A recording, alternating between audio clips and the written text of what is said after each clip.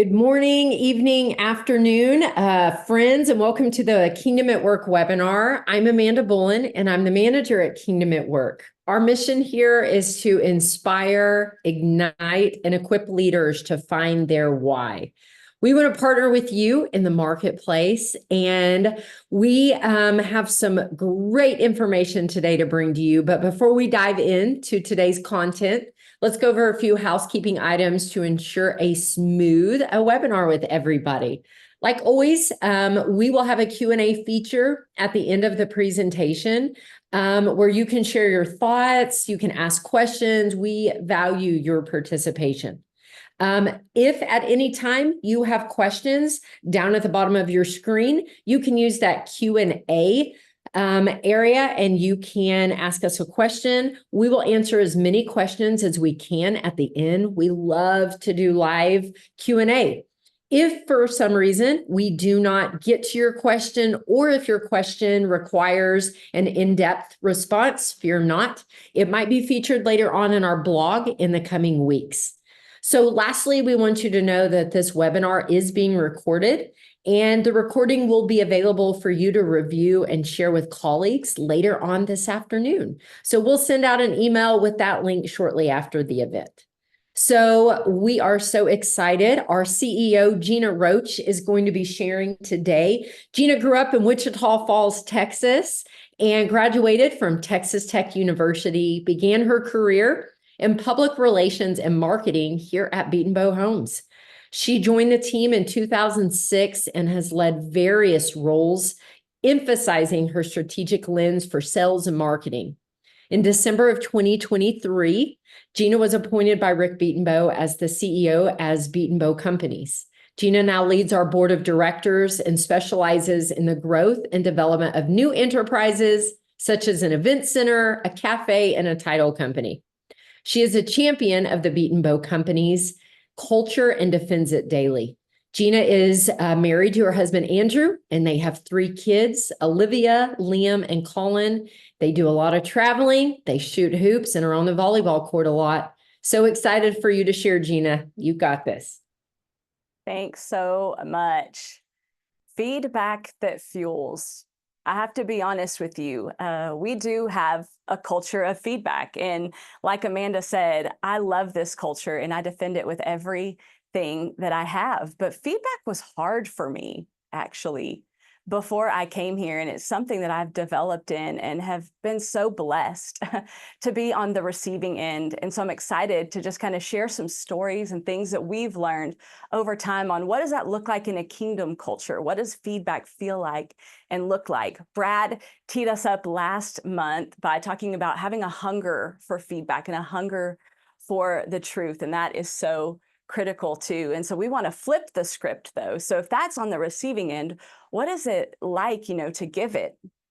Rick Betenbough really got good at this over time. And I'll never forget, there was a month where we were going to have an all company meeting and it started snowing.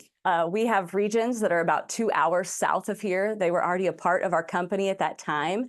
And we didn't want everyone traveling. And so we thought, hey, what if everybody just went bowling on that day?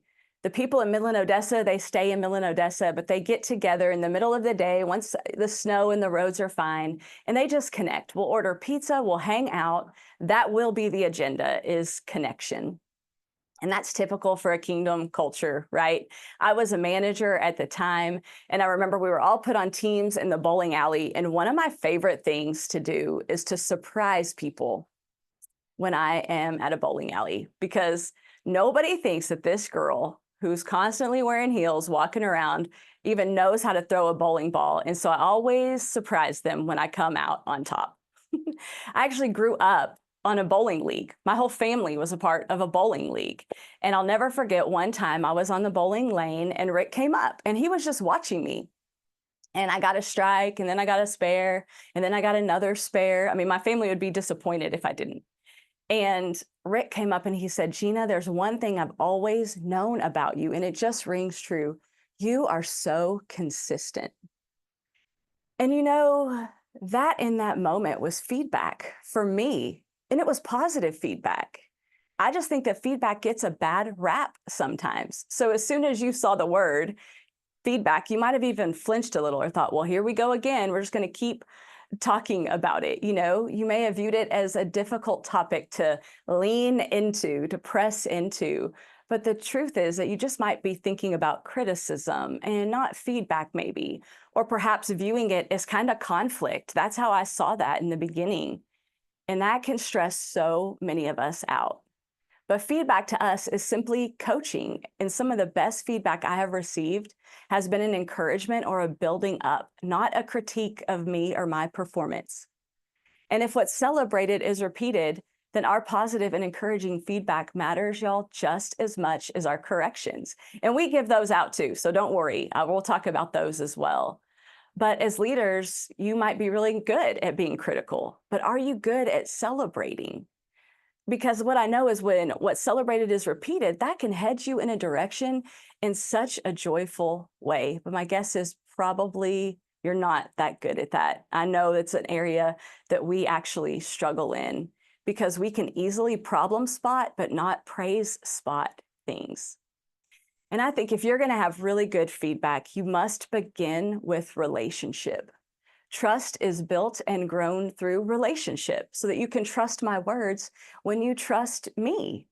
And that's the best way for this to go, is within a relationship.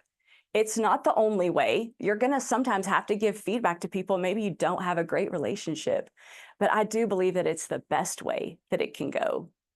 Bob Smithson was on our early leadership team here. He oversaw all of our construction years ago. He's kind of an OG and mentor to many long-timers around here. And he would always ask the question, do you have the change in your pocket to have that conversation? He was saying, do you know them? Are you engaged with them regularly? Does the person on the receiving end believe that you truly care about them? That's not typical in most situations. And so if you're going to be a kingdom leader, then you should know the people and have relationship. And within relationship, it's never conflict, actually. It's more of a conversation. And then before you're given feedback, you need to check your heart. Is it all about you? What you want to gain? Are you trying to get something out of it? Is it because they made you feel less than, or it's something that I just want to say to that person? And like I mentioned, Brad told us in the last webinar to avoid questioning motives. And the truth is, when we know someone loves and cares about us, we won't even have to waste time or energy wondering about motives at all. What a beautiful thing. When I know that someone loves me and they're bringing something to me, then actually I know it's probably just as hard for them to bring it as it is for me to receive it. And so the relationship can just even get stronger in the midst of these moments. I love this proverb, Proverbs 27:19. As a face is reflected in water, so the heart reflects the real person. So is the feedback truly for their benefit? And you have to begin with prayer. I have learned this so much over the years. I would get so stressed out about bringing feedback to someone. And then I would learn here, well, you can pray about those things. God cares about that person as much as he does you in this situation. And this is a moment that we can reflect the heart of God. And so talk to him, like ask him what you should do here. God, is this something that you want me to talk to them about? And if so, how should I go about it? When should I do it? Is there a question that I should ask? I'll never forget, I was a young leader at the time. We really didn't have any formalized leadership training here. We've developed that over the years, but we didn't have it at the time that I was first the marketing manager here. And I remember I was struggling with a team member, and they had been with us for about 6 months. And I was like, I don't know what to do. I think I need to do a performance review. It's 6 months, seems like a good time to do this. And I spent all night, 5 hours, trying to find what's a good document, what is important to us, trying to find things and ways to communicate to this person, really how the job was going. And right beforehand, I just started to panic to have this conversation with her, honestly. And I just prayed, God, can you help me here? I don't know what to do. And I felt him say, just ask her, how do you think it's going? And I still cannot believe today that I never had to take out that paper. I spent 5 hours coming up with that. When I asked her, hey, how do you think it's going? She said, actually, not well. And I just told the lady up front that I'm resigning today. Like, wow. I mean, actually, there's no better way for that to go. She actually, in the end, got to make that decision. I didn't have to do anything. God intervened on our behalf. And so pray about these things. Not long ago, there was a lot of tension on a team that I was on. And I felt at first like I was supposed to come to that person in my motives, and try to help them be better. Sometimes that's what we want. And it's our opinion. And I went to God and said, all right, God, can you help me in this moment? I want to honor you. I want to do this. And he basically said, you're asking the wrong question. You should ask him, are you a good teammate? Am I a good teammate? Wow. That actually opened the door for us to head towards some feedback that was so much softer and conversational than anything else. Because when you step in and you check your heart and are you coming with a humble posture, changes everything. And see these opportunities for what they are, an opportunity to love people. That's where it has to start. That's why you check your heart first. And then often the fear that we might harm someone or a relationship or be rejected tends to be what keeps us from bringing the feedback to someone. Or maybe it's the fact that we actually don't have a strong relationship with someone, or we might not even be proximate to them. So we fear the unknown of how they'll respond. But fear cannot be the reason that you withhold a good gift like feedback from someone. It truly can be a gift. I'll tell you, I have gotten a lot of feedback over time. And I can look back now on my life and see those as such good gifts, even if in the moment I didn't. And so know that that's a reality for people. Proverbs 13:24 says, a refusal to correct is a refusal to love. Love your children by disciplining them. Ron Betenbough would always tell people that love was the secret sauce here at Betenbough Companies. And that is a clue that the kingdom has broken out in your business. It's love. And so if you love your people, then you need to discipline them, or maybe better put, train them. I'll never forget when I learned and never had seen it before, but discipline and disciple are really closely connected. And at the core, it's because it means student or pupil. We're always in training. So we're going to forever get feedback. So how we do this for people can show them that we love and care for them. Because as a leader, your job is to help them reach their God-given potential. So how else can they get there without someone helping them? No one who is successful rises to the top without feedback or without someone helping them get there. That is the truth. I have had a bumpy road here, but I actually wouldn't be here if people hadn't had the courage and they loved me enough to come and say the things I needed to hear. Be that for your team. And Rick Betenbough, he gave me some of the best advice last year. He said, Jeanna, don't forget to look for what's going well. That is a kingdom leader right there. Because if what's celebrated is repeated, then we should be searching for all the things that are going well. Because I promise you, they're there. It's just sometimes really we can easily problem spot, but not praise spot, not find all of those things. So go looking for them. This means be proactive in it. Seek those things. Because gracious words are like a honeycomb, sweetness to the soul and health to the body. Proverbs 16:24. That is true. Those kind of things, Rick coming to me and going, you're always consistent. That was a really positive message for me. But you know what? I have thought about it so much, and that was 10 years ago. And it's because consistency is important in leadership, And so what a gracious word to go, I see that in you. So you know what happens then? I keep doing it and keep seeking to be consistent in my walk, right? In my leadership. And so let those gracious words just flow out of you. Philippians 4:8-9 from the Message says this, summing it all up, friends, I'd say you'll do best by filling your minds and meditating on things true, noble, reputable, authentic, compelling, gracious, and here it comes, the best, not the worst, the beautiful, not the ugly, things to praise, not things to curse. Put into practice what you learned from me, what you heard and saw and realized, do that, And God, who makes everything work together, will work you into his most excellent harmonies. It's unity. He'll bring us into unity together as he is helping us develop through other people. People are his plan A. And so how we love and give feedback is so important. But what about the act of giving difficult feedback? I know that all of that seems really fluffy and all the good things. We love to be encouragers, but sometimes we have to give difficult feedback. And so we have some practical kind of tips and techniques to share with you. And one of the things that we have learned over time is that you should take the time to plan. Oftentimes we don't give feedback because we don't know what to say. And you have to take the time to process what you should say. You have likely heard it before. To be clear is to be kind. So you should know plainly what you want to say to someone. That is being kind to the person. That is loving them well. And sometimes what we have seen is over time, our leaders, they have these moments or things and they can't quite pinpoint what the issue is, but it's like you spot an issue here and there, and you don't really know what that is. So sometimes you have to take enough time and pause to go, okay, what are the commonalities between this? What is the main issue here that's keeping this person from performing at the level that we need? And sometimes the hardest part, y'all, is getting clear with ourselves what the issue is.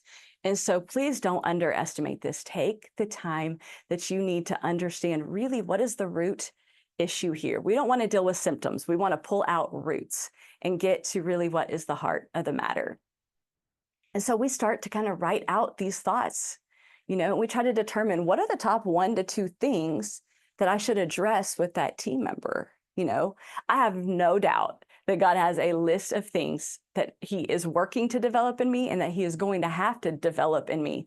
But he doesn't just roll out the scroll. I think of it like a naughty list. He's not just got this list of things for me. He convicts me, one at a time, shows me something new every time so that he doesn't break my spirit, but instead bends my will more towards his. And so we should be the same with our people. We don't want to come at them with a list. That's not even right or fair. That is not loving people well. But what are the 1 or 2 things that are keeping them from their performance or their potential? If you're having to have a corrective conversation, then what you're saying is there's a gap between the performance and our expectations. And so what are these things that will help us kind of bridge the gap and get them back to healthy? Because we don't want them out of the organization. That's the truth. We're trying to help them stay.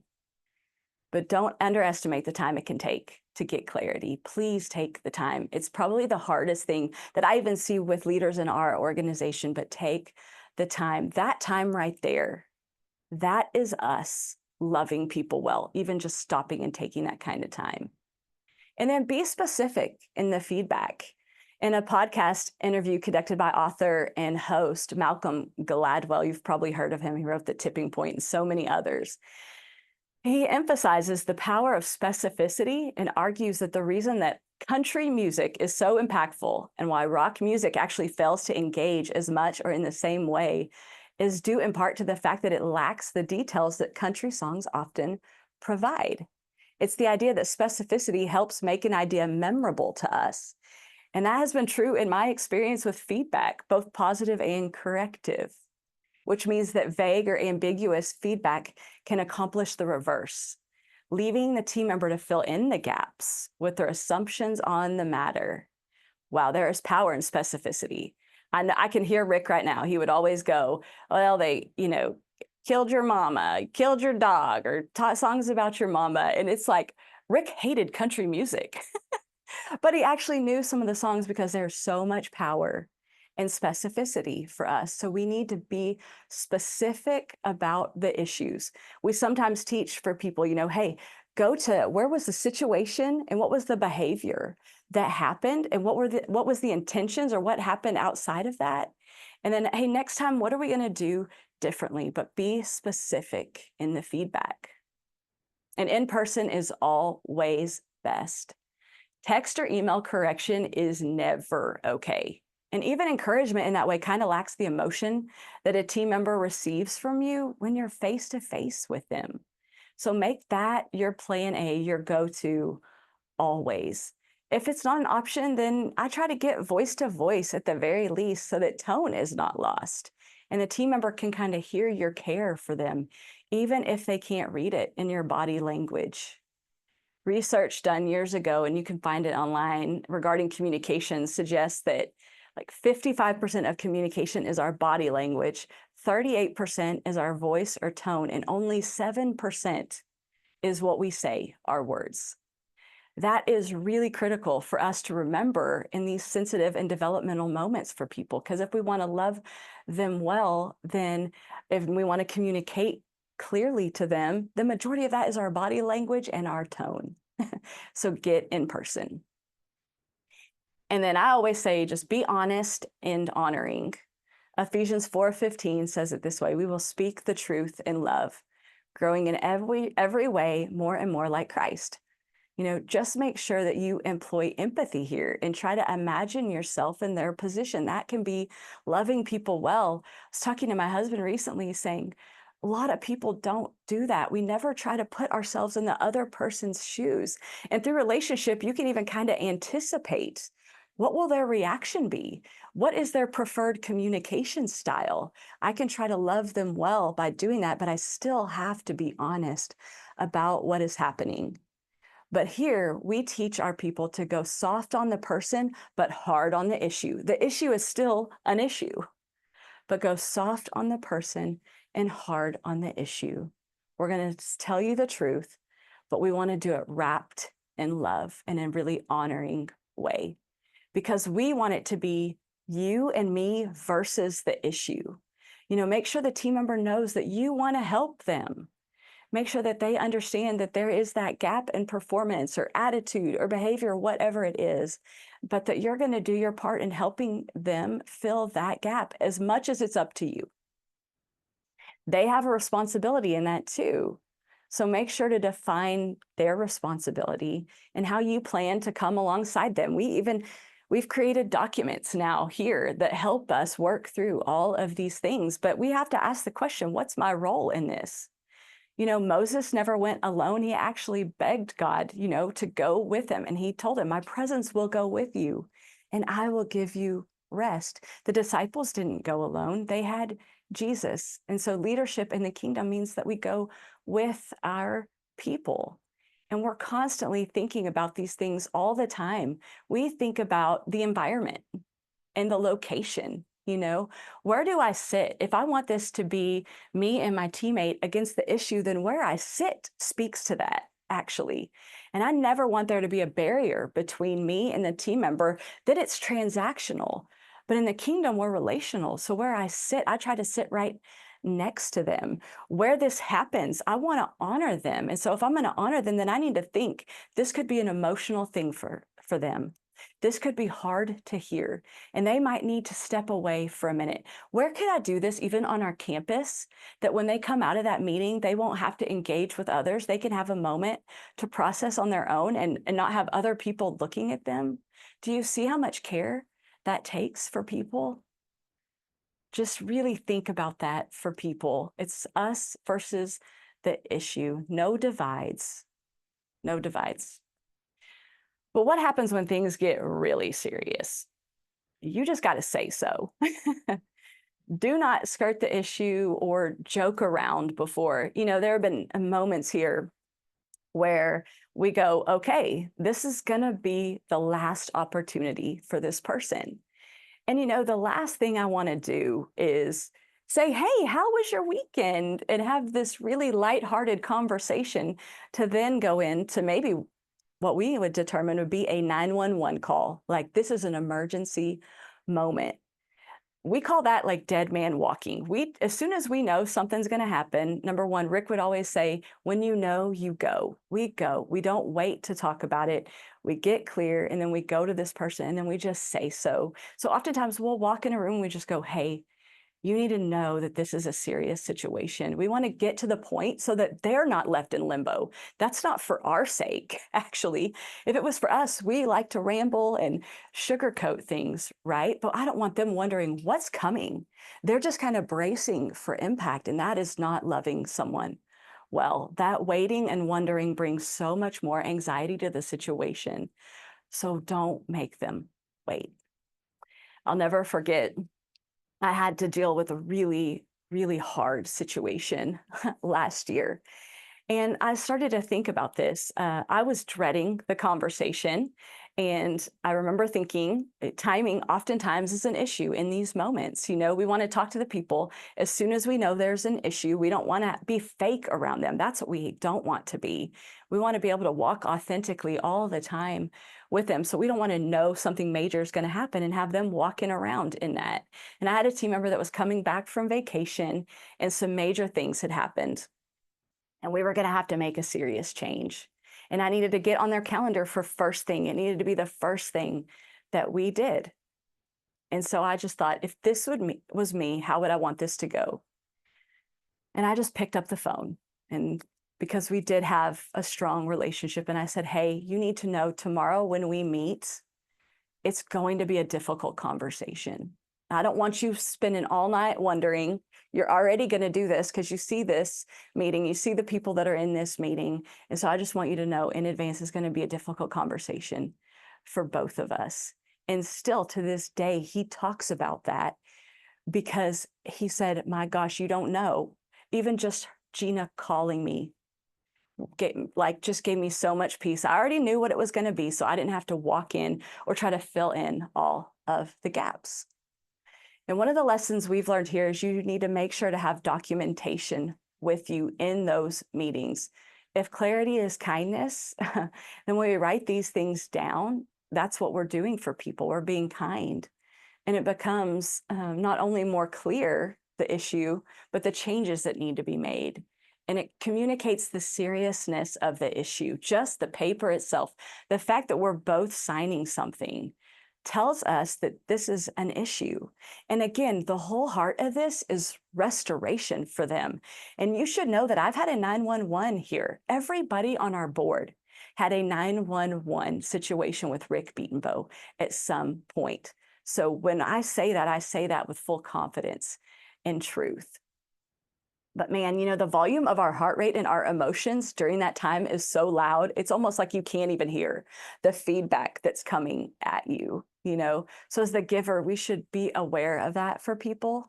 And that's why it should be written down clearly for that person so they can read it, review it after the conversation. You know, if they have questions, some people are like me and they verbally process things out loud. Some people need to go and take that away for a little while, you know?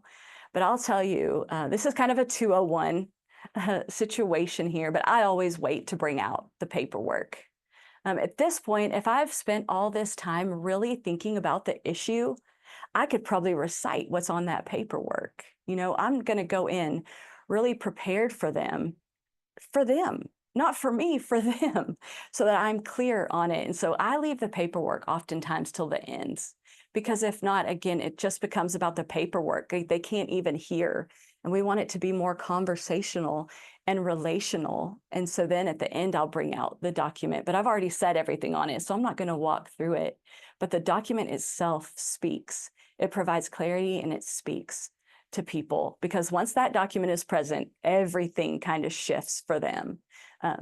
In the way that oftentimes it needs to. We must let people wrestle in that tension. Most of my growth has come from these difficult moments, and I don't want to take that away from anyone ever. But don't ever do it alone. Matthew 18:15-16, you've probably heard this one a lot, but you should bring someone with you. You know, it says to go straight to them. In our culture, we tell people this all of the time, you know, hey, go to that person. Don't talk about that person, go to them. But here, when we're in a serious conversation, we're going to add a third person, actually.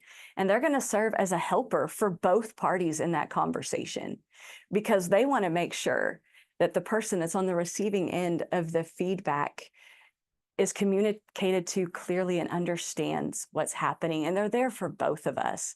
They don't come just for the leader. They're actually this third party to help bring reconciliation and restoration. They can come in unattached and unbiased to ensure that that feedback is presented also in a way that honors. That's accountability for me if I'm the leader doing it, that it honors them and that it encourages repentance, And then they can shut down any conversation when it's unhealthy on either ends. And we've had that happen because, look, we deal with difficult things around here. We're people. And where there are people, it's going to get messy. And this is not the kingdom. Betenbough Companies, here, it's not the kingdom. And we say that all of the time. And so we deal with our humanness as well, which is why I've had a 911. I've had many corrective conversations over time. And I've also had a lot of really encouraging feedback. Because in closing, the core of all of this, y'all, is love. It is a love-based model of leadership and development. Like I said, I have thought more and more about Rick's consistent comment so much the past year. And he said that a decade ago. But it's a reflection of the heart of God. He would see those good things and he would call them out. And even being highly specific in that encouragement is so important because feedback can truly fuel you for years and years to come. So don't be the reason that someone doesn't get that kind of training or love. And although I really wish that we were perfect at this, we just aren't. Only Jesus was, but we do desire in our hearts to be Jesus-style leaders. And I know that you do as well. And so we just pray over you that you would have the right words at the right time for people, that you would go build relationship with people that allows this to be us versus the issue, not me versus you. So thanks so much, Amanda. I don't know if we have questions. That was a lot, and there's so much more I have in my heart, but let's just go to those. So good. We've had so many people write and say, ouch, that's exactly what I needed. Man, the Lord had me get on this webinar just for this. So absolutely. So good. Hey guys, we love to answer questions live. That's one of the great things about the webinars that we do. If you have a question, you can use the Q&A feature that is down at the bottom of your bar and submit some questions. Just a reminder, this webinar is being recorded and we will send that link out later on in the day for you to share with your colleagues, share with other friends. And I know Jeanna gave some really great tips and techniques, just so you know, all of those will be included on our next blog. If you're not registered or signed up for our blogs, visit our website, kingdomatwork.com, and you can sign right there and you can sign up for our blogs that come out. We love for those to be quick, impactful, and action for you as leaders. All right, we do have some questions. So let's jump in here. First question that we have that I'd love to get to is, this is so great to hear. I would love to know more about your culture and how you develop this at your organization. Yeah, culture. Wow. We probably 12 years ago sat down and just said, what are the words that define our culture? Who are we? What are those unique, quirky little things? It was only Betenbough Homes at the time, but that Betenbough Homes, kind of characteristics of our group. And we asked that with our management team and board at the time. And it was fascinating what happened, but a lot of the same words kind of rose to the top. And so we have 4 core values that we defined at that time. And I'll tell you, we have defined them and then kind of refined them over the years. The words themselves, ultimately, the thoughts and values haven't changed, but our clarity on communicating them has. Unity is a core value here. I would say we part ways with people more with that core value when division happens, probably than anything. And we kind of have a really low tolerance for division here. And so we teach on that and we say, well, what does unity look like? It means you disagree. So we want you to disagree. We believe that that is a good thing, all of our different perspectives. But once a decision's made, then we're going to commit and we're going to walk out of a meeting like we called that play ourselves, or we go talk to one another, like I said, not about one another. And we teach on it constantly. We do correct based on our 4 core values. It really is how we select people. It's how we, kind of review or give feedback to people. And it's how we separate with people. And so we defined that years ago. And we just continue to try to teach and talk on that and go, is that still true? And is that what our expectations are? And they just remain the same, but it's kind of it's unique to us. That's the thing. That's why we say it's kind of quirky. It's like things that we value so much. And if you don't value that as well, you're not going to like it here. And if we want a flourishing for everybody that's here, that's what God wants in a kingdom culture, then they need to value what we value, or the odds of them flourishing in our garden here are not going to be good. That answer that, Amanda? Yeah, absolutely. Really good. I mean, that's such a big question. I would also add to what Jeanna said. If you do go to our website, we have a whole section on culture. We'd love to, help you develop the quirky things that God has for your business. All right, next question that we have, in regards to building relational equity, what are some practical tips in doing that within our organization with the people on our team? Yeah. Years ago, we actually were trying to figure this out because, look, some people just connect more naturally than others. And so we started doing what we call one-on-ones. We actually started this. You can read articles now. I feel like Harvard Business Review has articles. All these people have articles on them.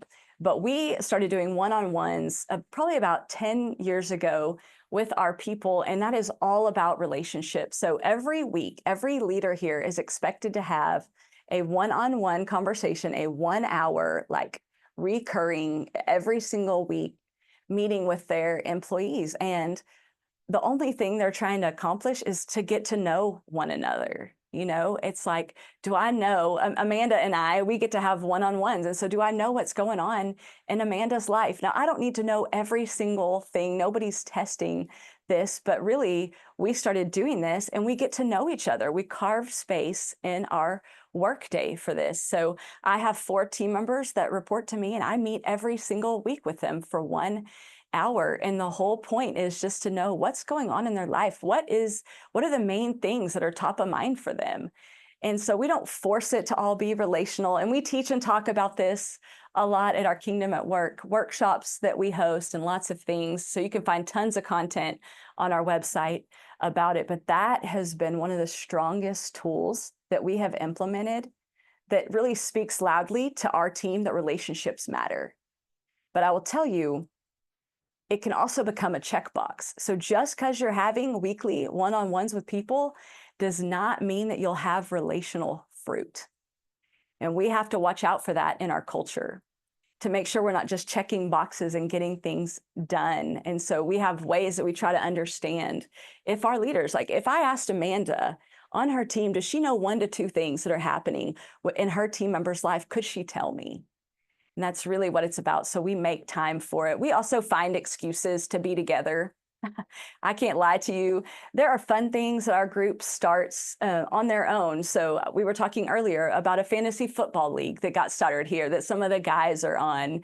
We do regional events in our areas. So our home office is in Lubbock, Texas. So there might be a Lubbock event. And every employee and their families are invited. We try to find ways to engage with one another and know one another beyond the work that we do. Sounds like we need to start a bowling league now too, Jeanna. Yeah, I'm in. I gave away my secret though. I can't surprise everybody now. You're not the ringer anymore. All right, we do have several more questions. Keep bringing those in. We love them. Really good. All right. How did you, if you had to reshift your mindset from being someone that tends to be more negative, that looks at things from a half empty vantage point, how did you shift that into looking for what's best?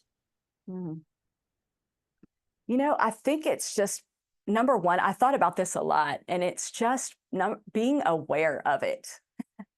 And it's always good to have someone hold you accountable to that, honestly, to have team members that are looking for the same thing, and starting your day with it. I just wonder if we started our day in that mode of gratitude, that attitude of gratitude, then what would the rest of the day look like? And I do try to do that. I'm ultimately, though, I am on the more positive end, but I do work with a lot of people that are part of their gifting actually is they're critical. So they're analytical. They can find problems like that.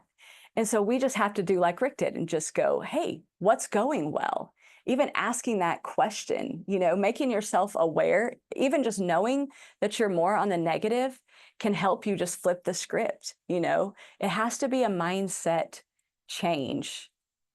And so I think that's really, really important. In scripture, so often we see the word repent, which just means change direction. And so we have to be aware of that and repent in those moments and try to go and say, how would Jesus do this? What would this look like for him? I mean, he gave real feedback to the woman at the well. He didn't skirt the issue, but you know what? He was never like degrading in any way. He would always call people up. And so I think you just got to be aware of it and start putting into practices, maybe daily things for yourself so that you can have a mindset shift, to head more positive. Really good. Absolutely. If there are multiple areas that need improvement, you said not to present the whole list. What does the timing look like to reveal it all, especially if they are impacting the organization?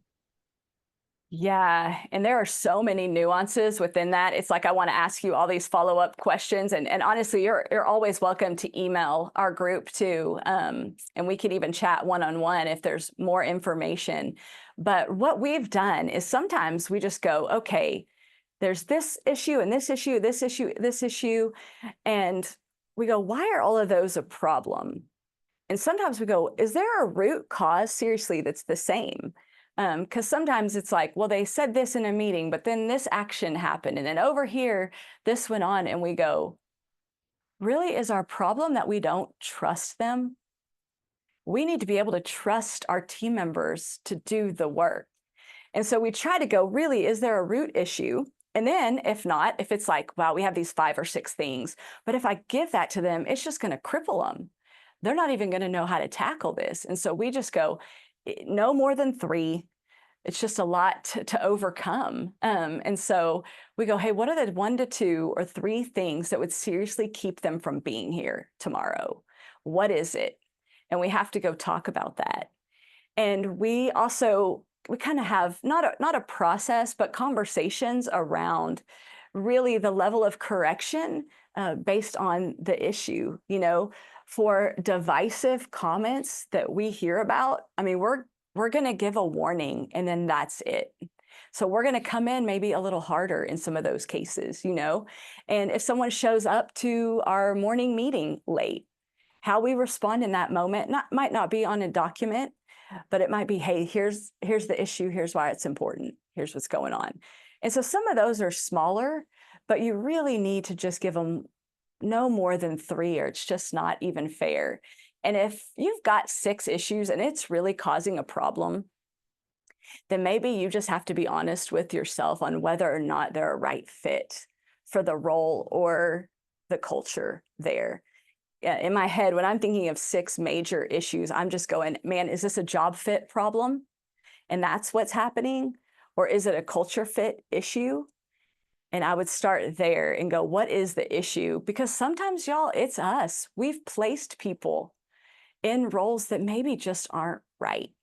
Or we've misunderstood that they were a culture fit when actually maybe they don't value unity in the way that we do.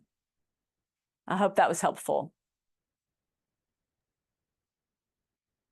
This leads right into, can you define what a 911 is?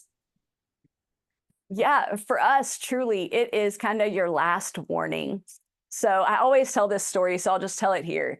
Rick and I met and we had a 911 call. This was probably in 2012 at this time, in which he asked me, we had just promoted 4 leaders to an executive management team, and he sat me down one-on-one and he said, Jeanna, are you submitted to this leadership team? And you know what's so great? He let me respond and say 50-50. Because I was always honest with him. And then he proceeded to let me explain why that was. And he listened the whole time. And then he said, I hear you, but tomorrow that needs to be 100% submitted. And we're not going to talk about this again. That is a 911 call. That was the moment for me that lots of things shifted in my life, because at the core of the problem was pride. I was the issue. And if he hadn't come to me, y'all, I don't know what my life would be like, my relationships with my husband and my kids, let alone here in my leadership. So it is your last warning. That's why we call it, it's an emergency. Like the next day you have to come in and it has to be different or we're going to part ways. Wow. Always a powerful story, and I've heard it several times. The gift of feedback. This is another personal question for you, Jeanna. As you move up and have in your leadership role, especially now as the CEO, how much feedback do you give to your team? Are you just giving feedback all the time, or what does that look like in this role and leadership level you're at? That is a really great question. You know, I still can't believe that it's been 10 months, but because this is such a lifestyle for us, we're just always doing it. Now, I think who you give the feedback to and how you give the feedback, that's what's so important. And so I try to minimize it. You know, there is, with the overall organization, but within our board, you need to know that is probably one of the most highly accountable groups I've ever been a part of. Now, most of us have worked together here for, I think on average, it's kind of like 17 years. Our youngest, you know, team member on the board has been here 17 years. And so we've all been together for such a long time that we can go to one another, because the truth is we have a depth of relationship that y'all is so special, and it can happen. You can be friends and love the people that you lead. And you should know, when Rick gave me this role, I had reported to every board member. And now here we are, everything is changing. But the beautiful thing is we had given feedback to one another for years, actually. And so, yeah, we continue to do that for one another. If we see something and we go, man, that's not who God created you to be, we go to one another, you know. Am I a good teammate? I was on the board of directors when I had that conversation, you know. It's what we have to do for one another. But I'm just telling you, y'all, the way it goes is so different because we know the hearts of the other person. And I'm not going to bring feedback to one of my team members if God tells me not to. Like, if that's about me and I just want them to be a certain way, that's not right. Because at our level, we're dealing with a lot of behavioral stuff. When you're leading leaders, that's probably where you spend a lot of your time, is more on behavioral type of things. And so it's kind of nuanced. And that's why you really need to step back and go, okay, is this going to keep them from being here? Is this going to keep them from reaching their potential? And we go to one another. We do it all of the time. Okay, the last question we have is, my fear is what their response is going to be. I see this holding me back from giving feedback as a leader. What are some practical things that you did to help in letting go of that fear? That one is hard. I have to tell you, one of the last conversations Rick Betenbough and I had is one of my favorite, because he said, you know, Jeanna, I had the luxury of not really worrying what people thought of me or think of me. And he's saying that because he knows that I have had the opposite problem, that I did really care what my team thought about me. You know, I loved them and cared about them. And so I wanted them to love and care for me. And I think because I have recognized those moments in my life that some of the low points in my life, I teach on this often, are when most of my development actually happened here. And so because I know that that is actually the truth, that God is actually closest to you when you're in those desert seasons of life, when you're in the valley, I can walk in a confidence now that I didn't have before. But I'll tell you, early on, I was just watching individuals disrupt the whole team.